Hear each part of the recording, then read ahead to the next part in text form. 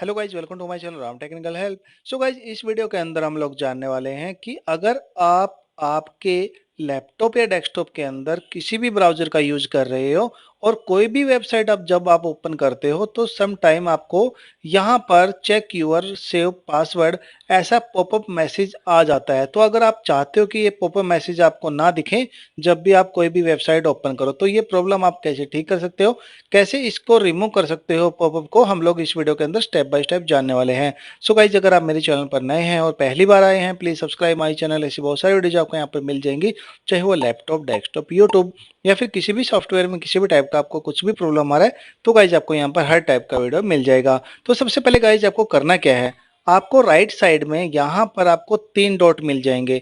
तो आपको क्या करना है, यहाँ पर क्लिक कर देना है और इसके बाद गाइज आपको एक सेटिंग का ऑप्शन मिल जाएगा इस लिस्ट के अंदर। तो आपको क्या करना है, इस लिस्ट के अंदर आपको सेटिंग्स फाइंड करना है। तो जस्ट नीचे की तरफ आना है, सेटिंग्स पर कर दीजिए क्लिक। क्लिक करने के बाद गाइज आपको यहाँ पर क्या करना है, आपको यहाँ पर जो प्राइवेसी एंड सिक्योरिटी का जो ये ऑप्शन है यहाँ पर आपको क्लिक कर देना है और इसके बाद आपको थोड़ा नीचे की तरफ आना है।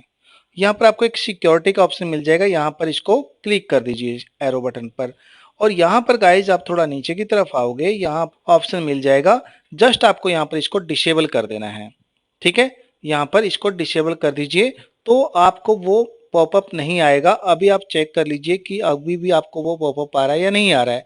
सो गाइज, अगर आपको ये मेरा वीडियो अच्छा और हेल्पफुल लगा है और इससे आपका प्रॉब्लम ठीक हो गया है तो please subscribe my channel, video को लाइक करना, शेयर करना, बेल आइकन दबाना ना भूलेगा, ताकि जब भी मैं कोई वीडियो यूट्यूब पर अपलोड करूं उसका नोटिफिकेशन आप तक पहुंच जाए। Thank you so much.